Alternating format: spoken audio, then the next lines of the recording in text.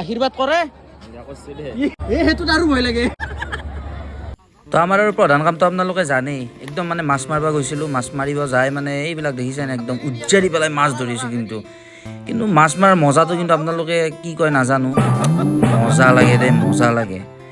প্ৰায় 12টামানকৈ মাছ ভাগত পৰিছিল বাৰু, 12টা অলপ বেছি হ'ব কিজানি, জানক পাহৰিলোঁ।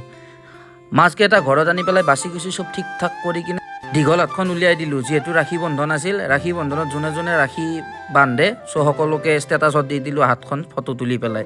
কিন্তু দুৰ্ভাগ্যবশতঃ এটাই যে মোৰ এটাই ৰাখি হাতত আহিল, তাকো দেখিছেনে ভাৰ্চুৱেল। উপায় নাই, এইটো ৰাখি হ'লেও ৰাখি। কিন্তু ভণ্টি চৰি, একো দিব নহ'ল এইবাৰ, নেক্সট টাইম তোমাক মই লগ পালে কিবা এটা দি দিম। যি নহওক বাৰু, গধূলি হ'ল আৰু গধূলি হোৱাৰ লগে লগে দেখিছেনে হৰিপ্ৰিয়া ফেমিলি মাৰ্টত গ'লোঁ, কিন্তু তাত যোৱা নাই। মই গৈছিলোঁ মনসা পূজাত, এয়া দেখিছেনে। আৰু এইখিনিতে কৈ দিওঁ, এই যিখিনি মই ফুটেজ লগাইছোঁ সকলোখিনি কালেকশ্যন কৰা ফুটেজ হয়, যিহেতু মই দিনত যাবলৈ সময় নাপাওঁ, তো আমি গধূলিয়ে গৈছিলোঁ বাৰু। এই ফুটেজকেইটা কালেকশ্যন কৰি আনিছিলোঁ। যি নহওক, পছৰীয়া অঞ্চলত এটি বহুত ডাঙৰ অনুষ্ঠান, বহুত ডাঙৰ এখন পূজা। সেই পূজাখনেই হ'ল মনসা পূজা। আৰু মনসা পূজাত বহুত দূৰ দূৰণিৰ পৰা মানুহ, বহুত দূৰ দূৰণিৰ পৰা ভক্তই আগমন ঘটে আৰু তাত বহুত ধৰণৰ জকি উঠে, ভাল লাগে। প্ৰায় এমাহমান আগৰ পৰা তাৰ পৰিৱেশটো বৰ ধুনীয়া লাগি থাকে। বহুত উলহ মালহেৰে এই অনুষ্ঠানটো পাৰ কৰা যায়। বহুত ধুনীয়াকৈ আগমন ঘটে ভক্তসকলৰ, খুব ধুনীয়াকৈ পূজা কৰে, ভাল লাগে। আৰু তাৰ ওচৰত গেৰুৱা আছে, গেৰুৱাটো পূজা হয়, লগতে শুৱালকুছিটো হয়। যি নহওক, এয়া চাংচাৰি, আৰু চাংচাৰিৰ পৰা আমি যাম একদম ডাইৰেক্ট পছৰীয়া।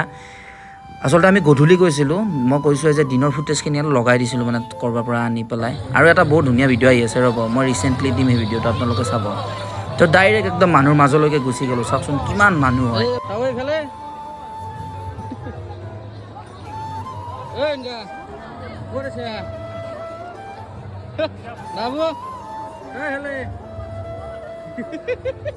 এহেঁতে একেবাৰে লাজতে কথাই ক'ব নোৱাৰে তাৰমানে, একদম ইমানে লাজ দেখায় তাৰমানে, নকওঁ আৰু দেই, ইমান লাজো হোৱা ভাল নহয়, নিলজ্জ হ'ব লাগে, তেতিয়াই জীৱনত আগবাঢ়ি যাব পাৰিবি।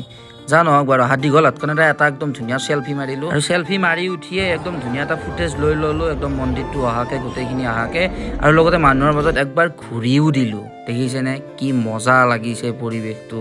আৰু আমি যিখিনি জেগাত থিয় দি আছিলোঁ সেইখিনি জেগাতে আচল জকি হয়, মানে জকি উঠে। তো মানুহৰ ভিৰতে আহি আমি ডাইৰেক্ট একদম মীনা বজাৰে পাই গ'লোঁ। আৰু বাবু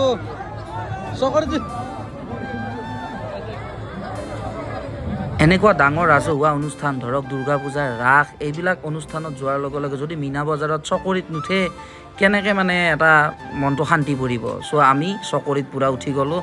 দেখিছে নাই, একদম বম ফূৰ্তি কৰিছোঁ সেইদিনাখনে। এইটোত উঠিব বেছি ভয় নালাগে, কিন্তু ডাঙৰ ডাঙৰ কিছুমান যে চকৰি থাকে সেইকেইটাত উঠিব কিন্তু মোৰ বিৰাট ভয় লাগে। এইকেইটাত ভয় লাগে, কিন্তু সেইকেইটাতকৈ কম ভয় লাগে। আৰু আমি এই ফুৰাৰ লগত অলপ ধেমালি কৰি কেইটকা লয়? 50। ডাঙৰটোত 50। ডাঙৰটোত উঠিব ভয় লাগে, ইয়াতে উঠো দে, সেইটোত আৰু ভয় লাগে। আৰু আপোনালোকে এটা কথা বিশ্বাস কৰেনে, মানুহৰ যে চকুৱে কথা কয়, এই খুৰাজনৰ চকুকেইটা মন কৰকচোন, কিমান কথা কৈছে, কষ্ট কৰি পেলাই চলি আছে, বেয়াও লাগে দিয়কচোন। মাৰো আশীৰ্বাদ কৰে।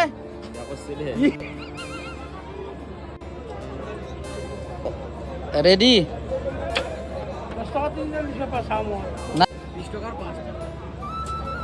20 টকাত 5টা। আমি 10 টকা একো এনেকুৱা দেখোন তই। লাজ কৰা, লাজ কৰিছে, লাজ কৰা নেকি?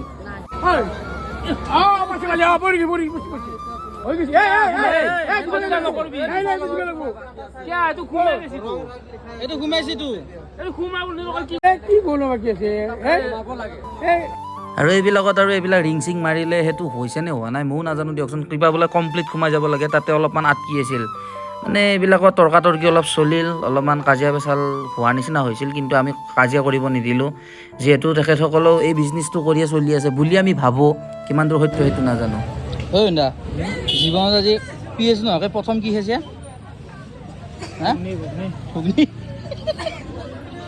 বাবু পিএইচ নাই বোলে, কি ক'বা? এই এক নাথাকে এনেকৈ খাই আছে, কি কবি? পিএইচ হৈছে নেকি? দাম বাঢ়ছে। এই দেখিছে নে ঘুগনি পূজাৰ ঘুগনি আৰু হালধি দিয়া মাৰ ভাতৰ পানী অলপ খাই পেলাই স্পাইডাৰমেন দেখা পালোঁ আধা ৰাস্তাতে আৰু আমি এনেকৈ পোহৰ হোৱাত আহি পাইছোঁ বুলি ভাবিছে নেকি পোহৰ হোৱা নাই ৰাতিৰে ফুটেজ অলপ জোনাক দিছিল সেইটো কাৰণে নেকি নেক্সট ভিডিঅ'ত লগ পাম আজিলৈ এৰিছোঁ বাই বাই